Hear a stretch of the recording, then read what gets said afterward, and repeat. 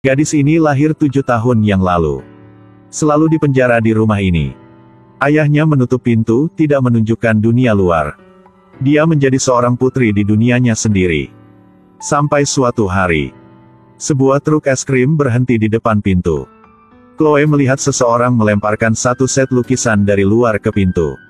Di dalam menggambar mobil es krim yang indah dan putri.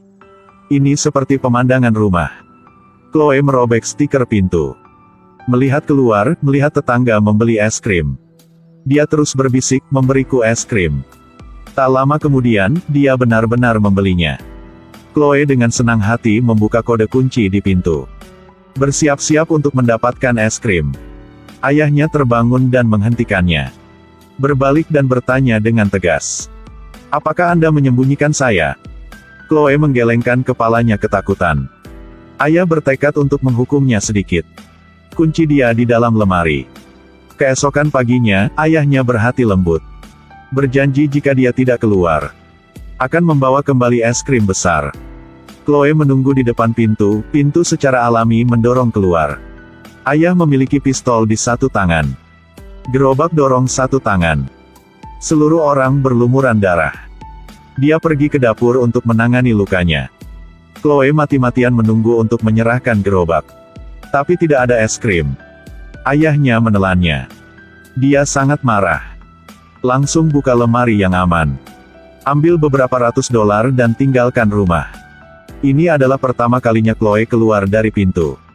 Segala sesuatu di luar membuat dia penasaran. Akhirnya menemukan truk es krim itu.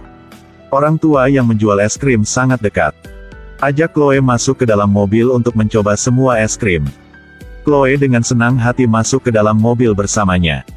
Orang tua itu membawanya ke taman hiburan. Dia bersenang-senang. Tapi semakin tinggi orang tua itu mendorong. Chloe berteriak ketakutan, menarik perhatian orang yang lewat. Orang tua itu sangat kecewa dengan gadis pemberani ini.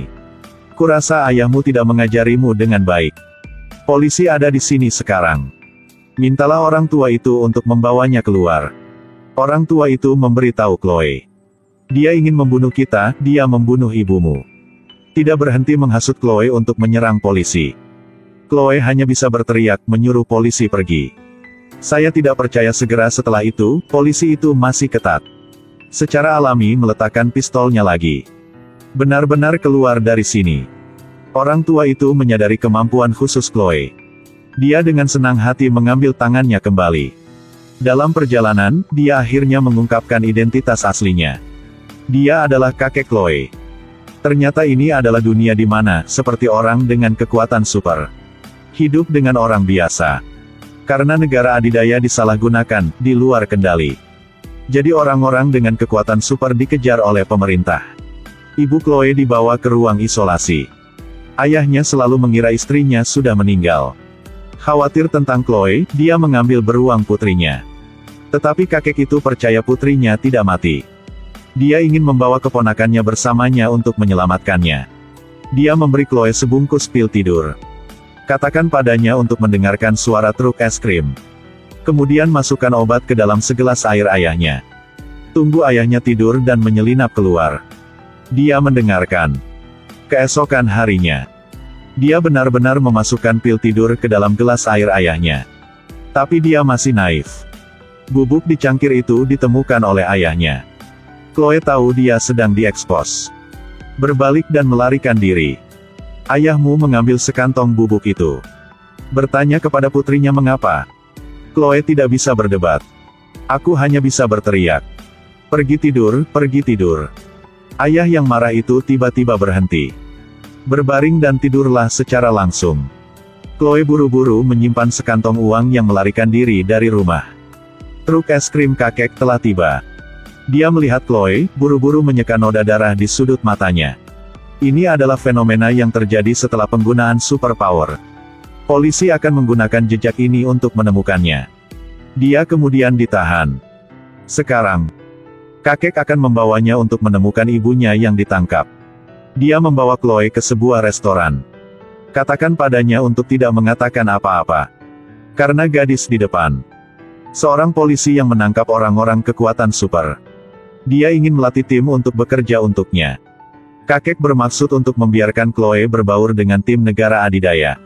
Pergi ke pangkalan untuk menemukan putrinya, selamatkan dia. Dia berpura-pura menjadi pendeta. Berbohong pada Chloe adalah bayi yang diadopsi. Polisi wanita itu mengambil pena cek dan menyapunya. Sudut mata Chloe berlumuran darah. Tapi ini adalah langkah pertama. Dia mulai bertanya tentang informasinya. Chloe menyebut nama untuk dirinya sendiri. Membuat identitas dan habitat palsu. Anak-anak kecil dengan kekuatan super dasar tidak bisa hidup seperti ini. Chloe melakukannya dengan sengaja. Itulah yang ayahnya gunakan untuk mengajarinya. Chloe melihat seorang polisi wanita memanggilnya monster. Dia berbalik dan berlari ke dapur. Benci siapa yang memanggil seperti itu. Kakek mengikuti. Mara bilang dia tidak mendengarkan. Sejenak marah. Saya lupa masih ada karyawan. Ada masalah. Kakek mengambil pena, langsung memasang mata Koki. Koki mengalihkan pandangannya. Dia dianggap sebagai orang yang memiliki kekuatan super, ditembak jatuh. Kakek bersembunyi di dapur. Pegang Chloe di pelukannya. Sebelum polisi wanita itu masuk, dia bersembunyi. Ternyata kakek juga seorang pria dengan kekuatan super. Ini adalah kekuatan supernya. Dalam perjalanan kembali, kakeknya tanpa henti menyalahkan Chloe karena tidak mengikuti pengaturan. Dia kesal, membuatnya membawanya pulang. Bawa aku pulang. Kali ini kakek mengikuti perintah. Putar mobil kembali ke rumah. Ayah muncul di tengah jalan. Dia menyuruh Chloe pulang dulu. Baru saja berbalik. Dia dan ayahnya dengan truk es krim. Mereka semua pergi dan tidak terlihat. Keesokan harinya, ayahnya keluar dari arah lain. Ingin bawa Chloe pulang. Tapi Chloe tidak mendengarkan, membuang tangannya. Langsung berlari ke tengah jalan. Sebuah mobil cepat tiba. Ayah bergegas memeluknya. Kecepatan mobil melambat. Ternyata ini adalah kemampuannya. Tetap terjaga.